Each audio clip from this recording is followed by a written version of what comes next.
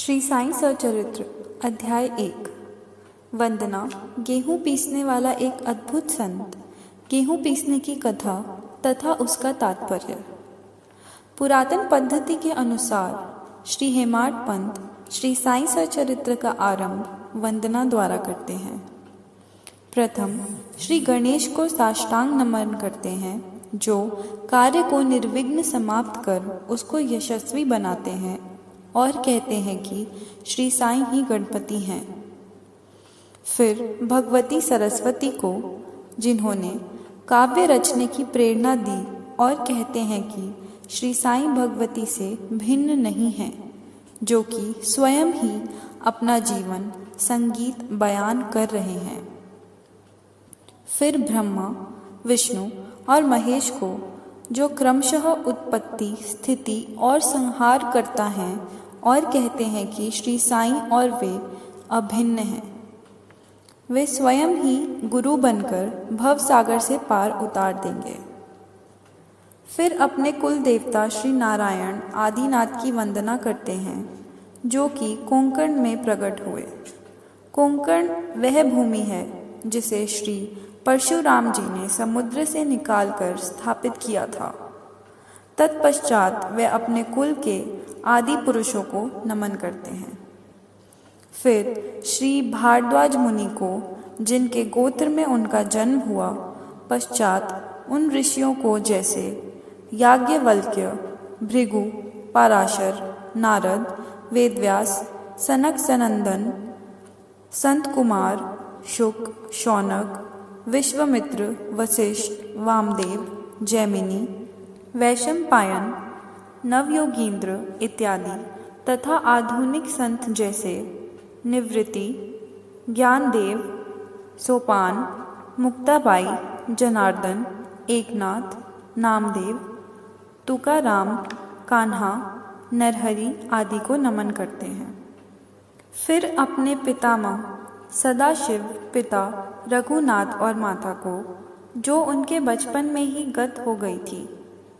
फिर अपनी चाची को, जिन्होंने उनका भरण पोषण किया, और उनके प्रिय ज्येष्ठ भ्राता को नमन करते हैं। फिर पाठकों को नमन करते हैं, जिनसे उनकी प्रार्थना है कि वे एकाग्रचित्त होकर कथामृत का पान करें। अंत में श्री सच्चिदानंद सद्गुरु श्री साईनाथ महाराज को, जो कि श्री दत्तात्रेय के अवतार और उनके आश्रयदाता हैं, और जो ब्रह्मा सत्यम जगन मिथ्या का बोध कराकर समस्त प्राणियों में एक ही ब्रह्मा की व्याप्ति की अनुभूति कराते हैं। श्री पराशर, व्यास और शांडिल्य आदि के समान भक्ति के प्रकारों का संक्षेप में वर्णन कर अब ग्रंथकार महोदय निम्नलिखित कथा प्रारंभ करते हैं। गेहूं पीसने की कथा। सन 1990 में मैं एक दिन प्रातःकाल श्री साईं बाबा के दर्शनार्थ मस्जिद में गया। वहाँ का विचित्र दृश्य देख मेरे आश्चर्य का ठिकाना न रहा कि साईं बाबा मुंह हाथ धोने के पश्चात चक्की पीसने की तैयारी करने लगे। उन्होंने फर्श पर एक टाट का टुकड़ा बिछा, उस पर हाथ से पीसने वाली चक्की रखी। उन्होंने कुछ गेहूं डालकर पीसना आरंभ कर दिया। मैं सोचने लगा कि बाबा की चक्की पीसने से क्या लाभ है। उनके पास तो कोई है भी नहीं, और वे अपना निर्वाह भी भिक्षावृत्ति द्वारा ही करते हैं। इस घटना के समय वहां उपस्थित अन्य व्यक्तियों की भी ऐसी ही धारणा थी, परंतु उनसे पूछने का साहस किसे था। बाबा की चक्की पीसने का समाचार शीघ्र ही सारे गांव में फैल गया, और उनकी यह विचित्र लीला देखने हेतु तत्काल ही नर नारियों की भीड़ मस्जिद की ओर दौड़ पड़ी। उनमें से 4 निडर स्त्रियां भीड़ को चीरती हुई ऊपर आईं, और बाबा को बलपूर्वक वहां से हटाकर उनके हाथ से चक्की का खूंटा छीनकर तथा उनकी लीलाओं का गायन करते हुए उन्होंने गेहूं पीसना प्रारंभ कर दिया। पहले तो बाबा क्रोधित हुए, परंतु फिर उनका भक्ति भाव देख वे शांत होकर मुस्कुराने लगे। पीसते पीसते उन स्त्रियों के मन में ऐसा विचार आया कि बाबा के न तो घर द्वार है और न इनके कोई बाल बच्चे हैं तथा न कोई देखरेख करने वाला ही है। वे स्वयं भिक्षावृत्ति द्वारा ही अपना निर्वाह करते हैं, अतः उन्हें भोजन आदि के लिए आटे की आवश्यकता ही क्या है। बाबा तो परम दयालु हैं। हो सकता है कि यह आटा वे हम सब लोगों में ही वितरण कर दें। इन्हीं विचारों में मग्न रहकर गीत गाते गाते ही उन्होंने सारा आटा पीस डाला। तब उन्होंने चक्की को हटाकर आटे को 4 समान भागों में विभक्त कर लिया और अपना अपना भाग लेकर वहाँ से जाने को उद्यत हुई। अभी तक शांत मुद्रा में निमग्न बाबा तत्क्षण ही क्रोधित हो उठे और उन्हें अब शब्द कहने लगे, स्त्रियों, क्या तुम पागल हो गई हो? तुम किसके बाप का माल हड़प कर ले जा रही हो? क्या कोई कर्जदार का माल है जो इतनी आसानी से उठाकर लिए जा रही हो? अच्छा, अब एक काम करो कि इस आटे को ले जाकर गांव की मोड़ पर बिखेराओ। मैंने शिरडी वासियों से प्रश्न किया कि जो कुछ बाबा ने अभी किया है उसका यथार्थ में क्या तात्पर्य है। उन्होंने मुझे बतलाया कि गांव में विषूचिका का जोरों से प्रकोप है और उसके निर्वाणार्थ ही बाबा का यह उपचार है। अभी जो कुछ आपने पीसते देखा था वह गेहूं नहीं वरन विषूचिका थी जो पीसकर नष्ट कर दी गई है। इस घटना के पश्चात सचमुच विषूचिका की संक्रामकता शांत हो गई और ग्रामवासी सुखी हो गए। यह जानकर मेरी प्रसन्नता का पारावार न रहा। मेरा कौतूहल जागृत हो गया।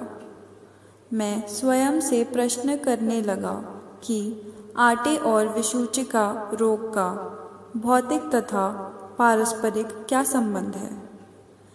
इसका सूत्र कैसे ज्ञात हो। घटना बुद्धिगम्य सी प्रतीत नहीं होती।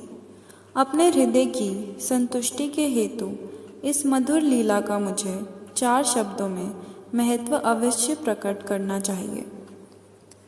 लीला पर चिंतन करते हुए मेरा हृदय प्रफुल्लित हो उठा और इस प्रकार बाबा का जीवन चरित्र लिखने के लिए मुझे प्रेरणा मिली।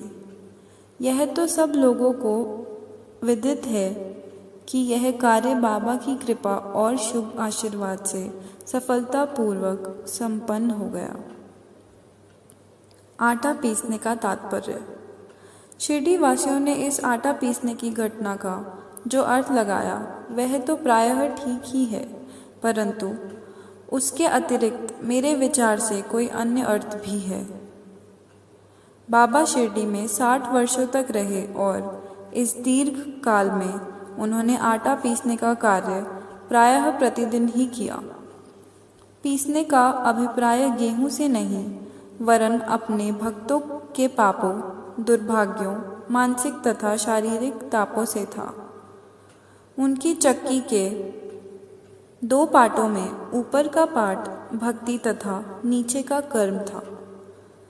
चक्की की मुठिया जिसे पकड़कर वे पीसते थे वह था ज्ञान।